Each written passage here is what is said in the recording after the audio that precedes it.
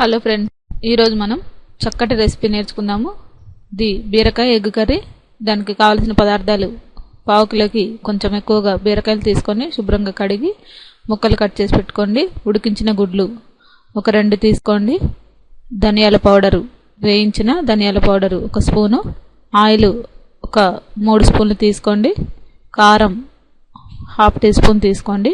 కరివేపాకు కొద్దిగా, పసుపు మనకి ½ స్పూను తీసుకోండి.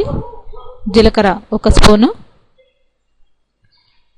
ఉల్లిపాయలు 2 సన్నగా తరిగి పెట్టుకోండి. ఒక 3 పచ్చిమిర్చి తీసుకోండి. కొద్దిగా అల్లం పేస్ట్ 1 స్పూను సరిపోతుంది.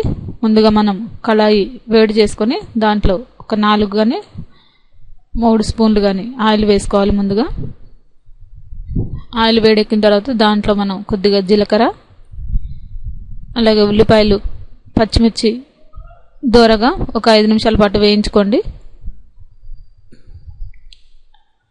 ఇది మనకి గోల్డెన్ బ్రౌన్ కలర్ వచ్చిన తర్వాత దీంట్లో అల్లం పేస్ట్ వేసుకొని కొద్దిగా పసుపు కూడా వేసుకొని ఈ అల్లం పేస్ట్ అంతా కూడా పచ్చివాసన పోయేంత వరకు వేయించుకోవాలి.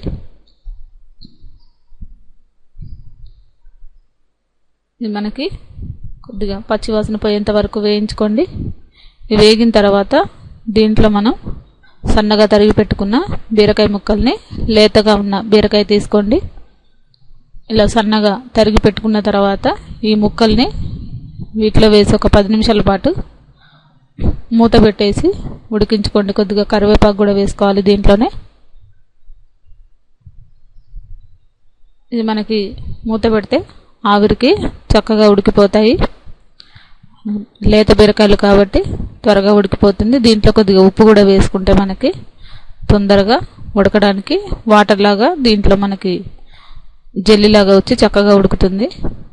చూసారు కదా, ఈ విధంగా మనకి ముక్కలన్నీ ఉడికిన తర్వాత దీంట్లో కొద్దిగా కారం వేసుకోండి. ఆల్రెడీ మనం పచ్చిమిర్చి వేసాం కాబట్టి కొద్దిగా తక్కువగా వేసుకోవాలి కారం.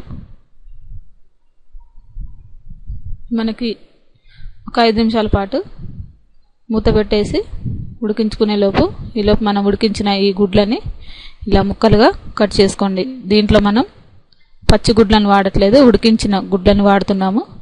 ఈ ఉడికించిన గుడ్డుని ఇలా పొడవుగా మనం చక్కగా షేప్లో కట్ చేసుకొని ఇప్పుడు ఈ గుడ్లని ఈ బీరకాయ కూరలో వేసుకోవాలి. బాగా కలపకూడదు, స్లోగా లో ఫ్లేమ్లో ఉడికించుకొని ఒక 5 నిమిషాల పాటు ఇలా మూత పెట్టేసి ఉడికించుకున్న తర్వాత మనకి ఈ బీరకాయ ఎగ్ కర్రీ మనకి రెడీ అయినట్టే. చివరగా మనం కొద్దిగా కొత్తిమీర వేసుకుంటే మంచి ఫ్లేవర్తోని ఈ కర్రీ చాలా టేస్టీగా ఉంటుంది. ఇది రోటీలో కానీ రైస్లో కానీ బాగుంటుంది. ఈ రెసిపీని మీరు కూడా ట్రై చేసి చూడగలరు. ఈ రెసిపీ మీకు నచ్చినట్లయితే లైక్ చేయగలరు.